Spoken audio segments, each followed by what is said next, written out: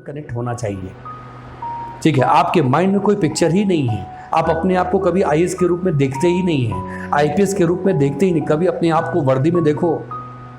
ठीक है, आप अगर एसपी बनोगे तो आप क्या करोगे, कैसे करोगे, ऐसी एक पिक्चर आपके माइंड में होनी चाहिए। वही जो पिक्चर है आपके माइंड में, वो एक इनर ड्राइवर फोर्स वो आपके अंदर जनरेट करती है, और फिर उसका परिणाम क्या होता है, आप उसी गोल्स को अकॉम्प्लिश करने के लिए आप प्रयास करते हैं। और बहुत हद तक वो जो कमिटमेंट है जो आप तैयारी करते हैं, उसमें जो सीरियसनेस आती है, जो कमिटमेंट आती है, वो कोई 50-60 रुपए की मोटिवेशन की किताब सड़क पे पढ़ने से वहाँ से नहीं आती है, या 2-4 प्रवचन सुनने से नहीं आती है। वो मूलतः आती है खुद आपके अंदर उस लक्ष्य के प्रति एक उत्साह या एक समर्पितता का भाव जो आपके अंदर पैदा होता है, वही आपको उस लक्ष्य की तरफ ले जाता है। ऐसे लोग बहुत ज़्यादा बकबक नहीं करते हैं, बहुत ज़्यादा बोलते नहीं हैं। ठीक है, मैं ये बन जाऊंगा, वो बन जाऊंगा, ये समझते हैं, जानते हैं, उनके अंदर एक ज़बरदस्त सीरियसनेस होता है इस चीज़ को लेकर, और वो फिर किसी भी प्रॉब्लम्स को वो ओवरकम कर जाते हैं। मतलब आप देखें तो चाबी आपके अंदर है, बाहर नहीं है सक्सेस की। आप जिस दिन बहुत सीरियस अगर हो गए, नथिंग शॉर्ट ऑफ दिस, मुझे ऐसा ही चाहिए, इससे कम नहीं, काफ़ी सीरियस हो गए, काफ़ी कमिटेड हो गए, आपके अंदर से वो इनर ड्राइवर फोर्स वो जनरेट अगर हो रहा है, तो फिर आप की डिपेंडेंस दूसरों पे काफ़ी कम हो जाएगी। आप किसी सेंटर पे पढ़ाई भी करेंगे, अगर कोचिंग सेंटर पे आप पढ़ाई कर रहे हैं, तैयारी कर रहे हैं, तो आप उसी टीचर से जो पढ़ाने आते हैं उनसे बहुत ज़्यादा लर्न करने की ख्वाहिश आपकी होगी, ऐसा प्रयास आपका होगा। जो ऐसे स्टूडेंट्स होते हैं वो ज़्यादा सेल्फ डिपेंडेंट होते हैं। मुझे ये नहीं मिला, मुझे वो नहीं मिला, मुझे एनवायरनमेंट मेरे को काफ़ी निगेटिव, पापा ने ये नहीं किया, वो नहीं किया, मेरे साथ ऐसा हो गया होता तो हम ऐसा, ये ती में जो बात कर रहे होते हैं, या अधिकतर लोग वो होते हैं कि जिनके अंदर जो है ड्राइवर फोर्स कम है, इसलिए लगातार वो बहाने अपने आसपास ढूंढ रहे होते हैं। आप मेरी बात समझे?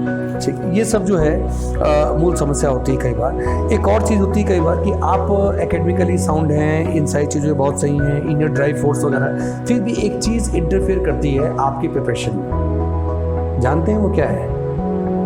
एक टेंडेंसी कंपेयर करने की। हम सब लोगों के अंदर थोड़ी बहुत कम या ज़्यादा ये टेंडेंसी होती है, हम अपने आप को दूसरों से कंपेयर करते हैं।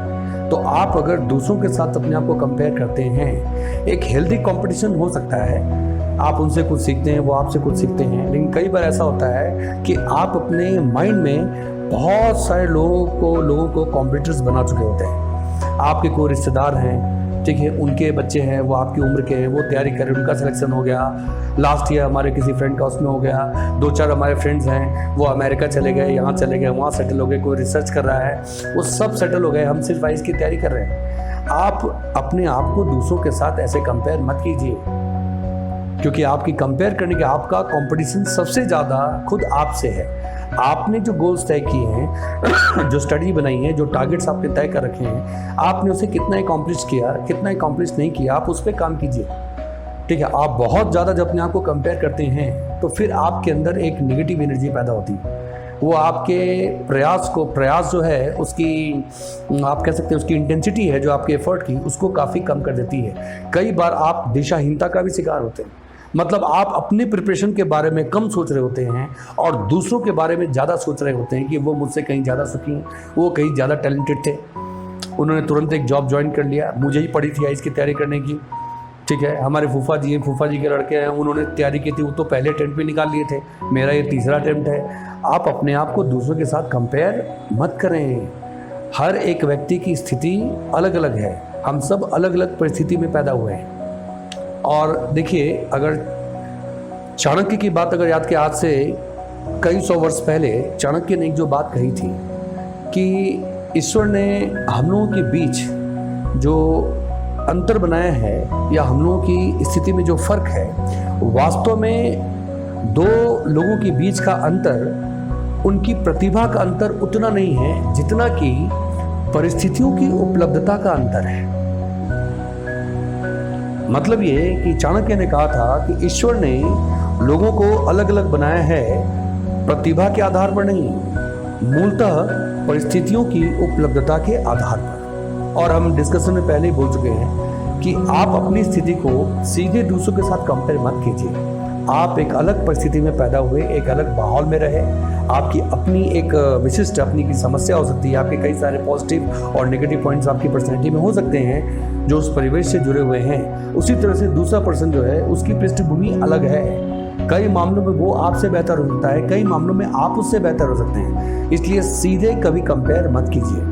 उनका सिलेक्शन फर्स्ट टाइम में ही हो गया इसलिए वो आपसे ज़्यादा टैलेंटेड है, आप ऐसे कंपेयर नहीं करते। उनका सिलेक्शन फर्स्ट टाइम में हो गया क्यों? क्योंकि उनको गाइडेंस बहुत अच्छा मिला, उनके पेरेंट्स ही सिविल सर्वेंट्स हैं, वो 8-9 स्टैंडर्ड से उनकी तैयारी करवा रहे हैं, ठीक है, इसलिए उनकी अपब्रिंगिंग एक अलग माहौल में हुई है, हो सकता है उसके कारण हो। इसलिए बहुत सारे फैक्टर्स होते हैं सक्सेस और फेलियर के पीछे।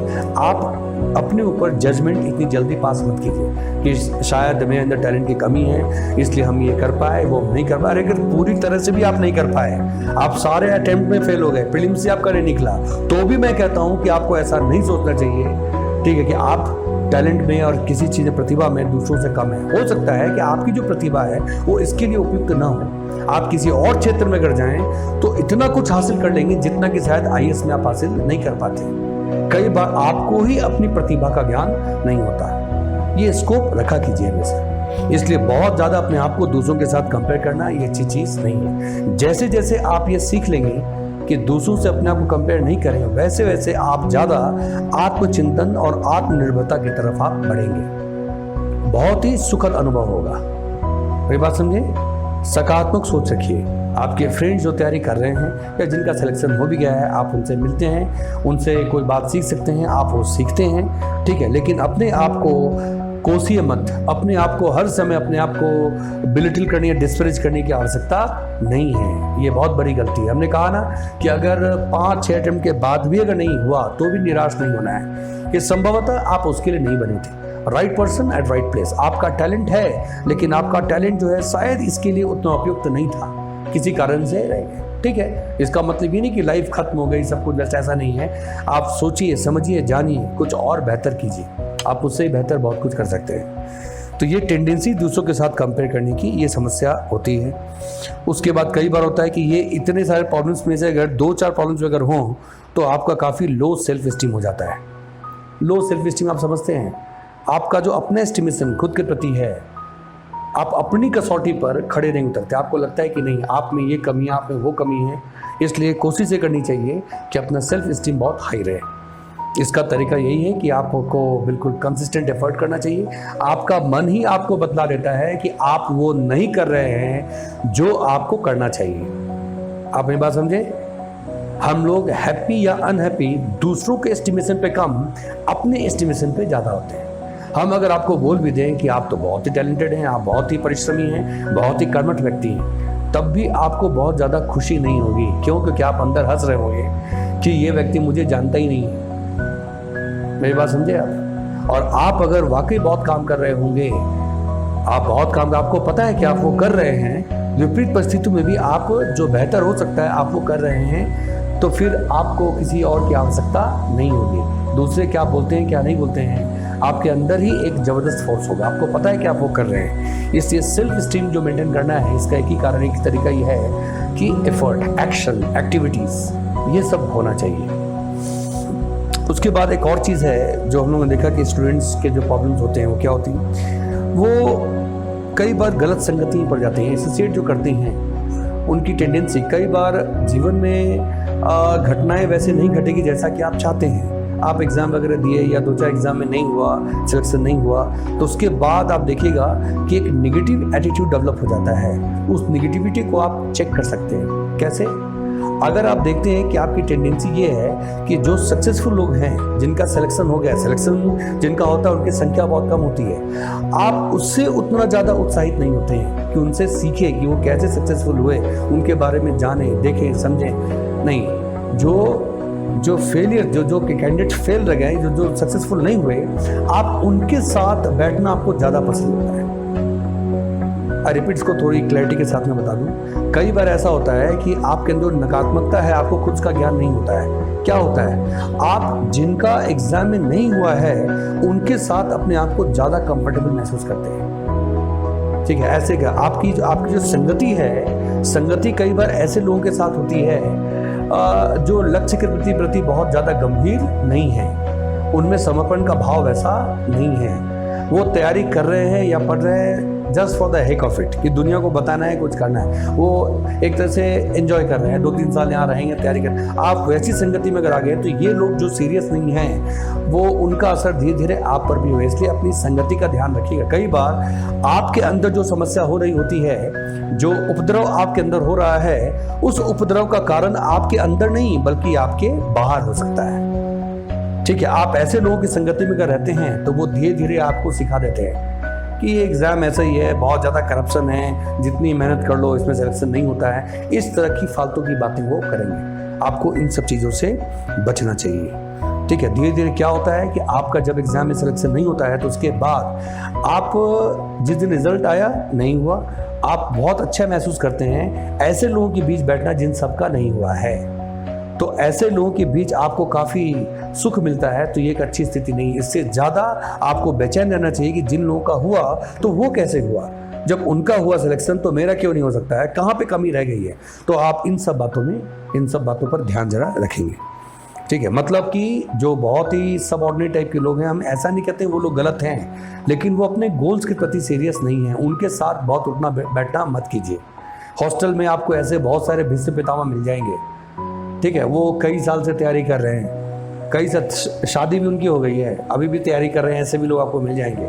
तो उनकी टेंडेंसी होती है कि उनका जो प्रॉब्लम्स है वही प्रॉब्लम्स वो आप पर भी इम्पोज करते हैं। उनकी तैयारी अच्छी नहीं रही, बहुत सारी गलतियां उनकी रही, उन्होंने ढंग से काम नहीं किया, इससे लगातार साल दर साल वो फेल होते रहे। उसके बाद उनका जो भय है, जो उनका डर है, वो आपके ऊपर वो डाल देंगे। उनके साथ अगर आप ज़्यादा बातचीत करेंगे, ट्रांसफरेंस होता है। ठीक है, वो व्यक्ति आपके अंदर भी ऐसे ही डर का संचार कर देगा।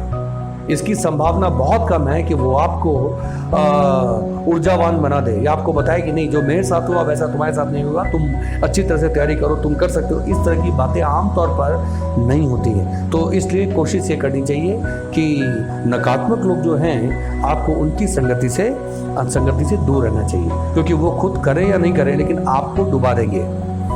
ठीक है, उसके बाद कई बार क्या होता है कि आपके मन में ऐसी बात भी आती है, क्योंकि आपका देखिएगा कई बार स्टूडेंट्स हैं, लगातार उनके दिमाग में ये बात रहती है कि उनका जो एकेडमिक बैकग्राउंड है वो बहुत ही ऑर्डिनरी है, तो वो आईएएस की तैयारी कैसे करेंगे। तैयारी कर रहे हैं लेकिन उनके दिमाग में बात होती है कि हमारे मैट्रिकुलेशन में अच्छे मार्क्स नहीं आए थे, इंटर में अच्छे मार्क्स नहीं आए थे, ग्रेजुएशन में भी ऐसा है। तो लगता नहीं, तैयारी में तो आ गए हैं लेकिन नहीं, अगर इस ढंग की सोच अगर आपकी है ऐसे, तो आप उससे बाहर आइए।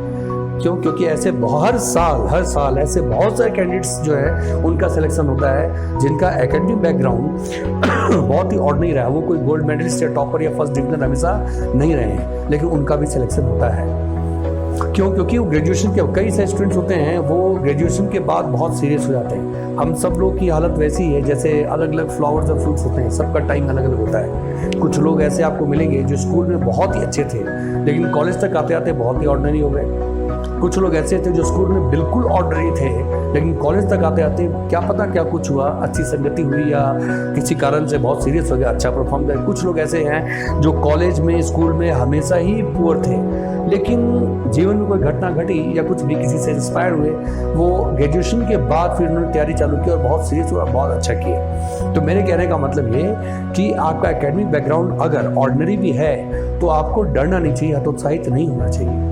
ठीक है, आप पूरे एग्जाम के सिलेबस को देखें, समझें, जानें। आप आज से भी अगर बहुत अच्छा प्रयास अगर करेंगे तो सिलेक्शन की संभावना होती है। क्यों? क्योंकि ये एग्जाम जो है, हमने पहले कहा, आप इसके सिलेबस को देखिए। हर बात आपको हम लोग ही नहीं बताएंगे, आपको अपना प्रयास करना चाहिए। सिलेबस देखिए, प्रीलिम्स, मेंस, इंटरव्यू वगैरह सब देखिए। प्रीलिम्स, मेंस वगैरह का सिलेबस अगर आप देखेंगे तो कितने सारे कंपोनेंट्स आप देखते हैं, उसमें हिस्ट्री है, ज्योग्राफी है, पॉलिटी है, इकोनॉमी है, current affair, science tech, general mental ability है, थोड़ी सी स्टैटिस्टिक्स है, ये वो सब सारी चीज़ें इसके अंदर है। तो ऑब्वियसली इसकी तैयारी जब आप करते हैं, कोई भी एक स्टूडेंट सारे एरियाज़ में बहुत अच्छा हो ये ज़रूरी नहीं है, मुश्किल काम है। तो सबके अपने अपने लिमिटेशंस होते हैं। कोई साइंस बैकग्राउंड से है तो साइंस में बहुत अच्छा है लेकिन बाकी में अच्छा नहीं। कोई ह्यूमैनिटी से है, हिस्ट्री ज्योग्राफी वगैरह बहुत अच्छी स्थिति में है, ठीक है, लेकिन साइंस जो है उस पर कमांड, तो सबके अपने अपने लिमिटेशंस होते हैं। मेरी बात समझे। दूसरी बात, इस एग्ज़ाम का नेचर अगर आप देखेंगे तो इसमें एक बहुत बड़ा कंपोनेंट ऐसा है जहां पर वो क्वेश्चन आपसे पूछते हैं आपके व्यक्तित्व को जांचने के लिए, समझने के लिए। इस एग्ज़ाम में केवल नॉलेज टेस्ट नहीं होता है, more than knowledge they check your ability to apply knowledge to the given situation. कभी मेंस एग्जामिनेशन में जो क्वेश्चंस हैं आप उनको देखिए जरा। क्वेश्चंस इस टाइप के हैं कि सीधे किताब पढ़ करके आप आंसर नहीं कर पाएंगे।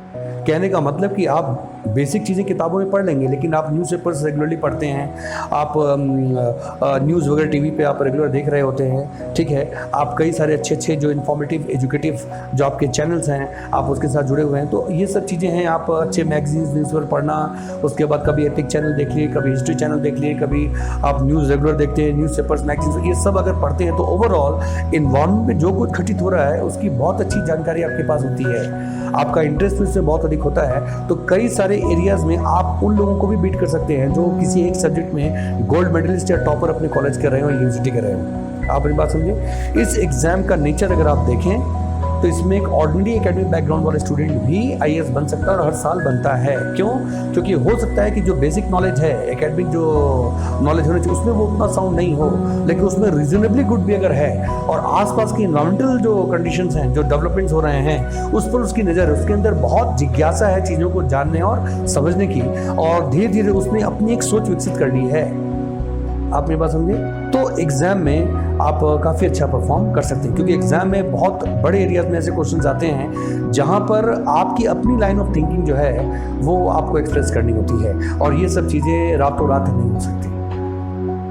ठीक है, तो ये सब कुछ समस्या हो सकती है, तो आपको इन सब को ओवरकम करना होता है। और ये तो आपसे जुड़ी हुई समस्या थी। इन्वायरमेंट से रिलेटेड बहुत सारे प्रॉब्लम्स हो सकते हैं, आपको उसको भी हैंडल करना होता है। जैसे फैमिली प्रेशर कई बार होता है, कई बार पेरेंट्स, तो आपको ये सीखना होगा। ठीक है, मम्मी पापा हैं, उनकी बात आप सुनिए, समझिए, जानिए, ठीक है, लेकिन किसी प्रेशर में आने की आवश्यकता नहीं है। मैं ये नहीं आपसे कह रहा हूँ कि आपका डिफाइंड एटीट्यूड होना चाहिए, लेकिन ये है कि नहीं प्रेशर हो, लेकिन आपकी ज़िंदगी है, आप तैयारी कर रहे हैं, आप सब समझते हैं, खुद रिस्पॉन्सिबल बनिए। ये वो तैयारी नहीं है जिसमें पेरेंट्स जो हैं वो बहुत प्रेशर आप पर डालेंगे तो आप पढ़ेंगे। अगर आपको डांटना पड़ता है, समझाना पड़ता है कि बेटे आप पढ़ाई कर लो, आपकी पढ़ाई डेली अच्छी नहीं हो रही है, तो आप ये मान लेना कि आप आईएएस नहीं बनोगे, बहुत मुश्किल काम है। ये कोई ऐसी तैयारी नहीं है बच्चों वाली कि आपको डांट कर बैठाया गया स्टडी टेबल पे 7-8 घंटे 10 घंटे पढ़ो, तब ऐसे नहीं। आपके अंदर खुद एक अच्छी सेंस ऑफ रिस्पॉन्सिबिलिटी होनी चाहिए, आपको सीरियस होना चाहिए। इस एग्ज़ाम की तैयारी वैसे नहीं, मतलब कि अगर आप इस टाइप के अगर हैं तो आप पहले लिख लो कि तैयारी करना बेकार है, क्योंकि इस एग्ज़ाम की तैयारी किसी को धक्के देकर आप आईएएस की तैयारी नहीं करवा सकते। इसमें इतने सारे एरियाज़ हैं, मतलब आप जब पढ़ाई करते हैं तो काफ़ी शौक से पढ़ाई करते हैं, आप काफ़ी इंटरेस्ट के साथ आप अध्ययन करते हैं।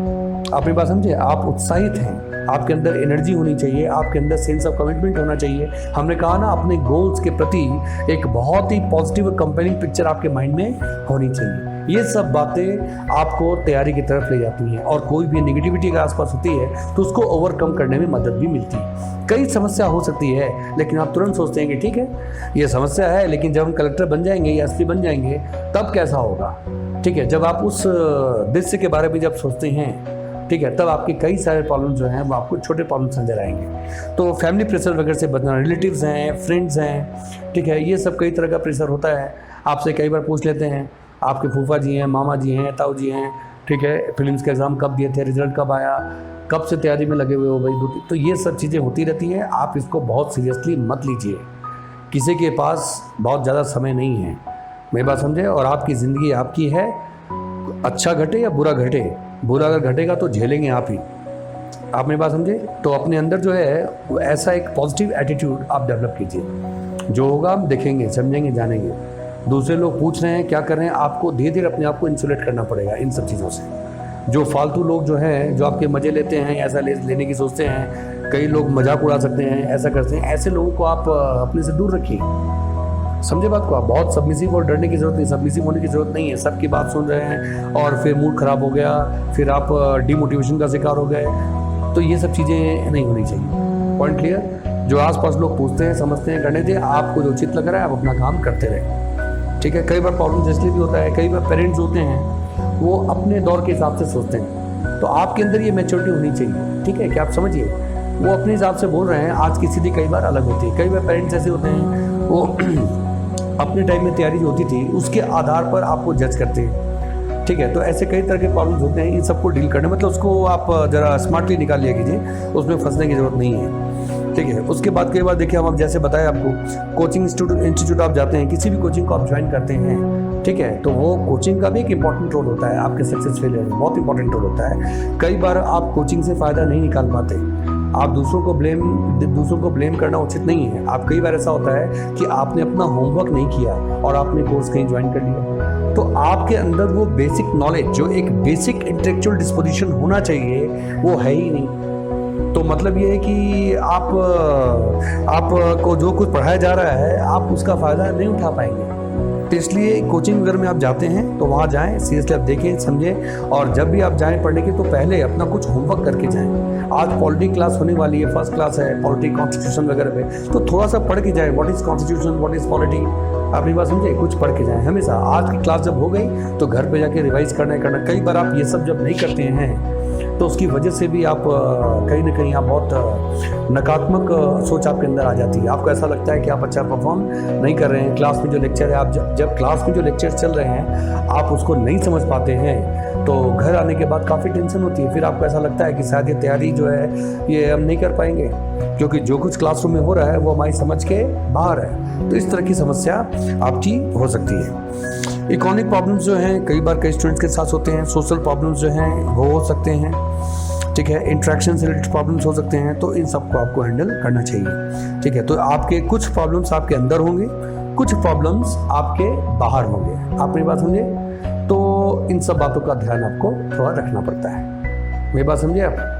इंटरनल प्रॉब्लम्स होते हैं, कुछ एक्सटर्नल प्रॉब्लम्स होते हैं, और कई बार आप इसमें जब बहुत ज़्यादा फंस जाते हैं, कई बार आपका इन्वायरमेंट आपके ऊपर इतना हावी हो जाता है कि गोल डिस्प्लेसमेंट हो जाता है, पाइस की तैयारी छोड़ देते हैं, कहीं और चले जाते हैं। तो आपको इन सब चीज़ों से थोड़ा सा बचना चाहिए, ठीक है। कई बार आप एक नेगेटिव साइकिल में फंस जाते हैं। नकारात्मकता को ही जन्म देती है, वो न्यूटन्स लॉ यहाँ पे काम करता है।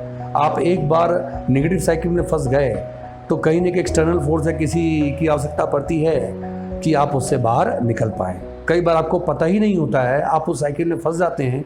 जब सब कुछ समाप्त हो चुका होता है, खत्म हो चुका होता है, तब आपको एहसास होता है कि आपने भारी गलती की थी कि आप उस ग्रुप का हिस्सा थे। तो मेरे कहने का मतलब ये है कि आपको बहुत ही अलर्ट और विजिलेंट होना चाहिए आईएएस की तैयारी करते वक्त। इस तरह के प्रॉब्लम्स आपके हो सकते हैं, इस तरह के प्रॉब्लम्स को आपको ओवरकम करना होगा। अगर ऐसे प्रॉब्लम्स आपके नहीं हैं तो ये बहुत ही अच्छी बात है।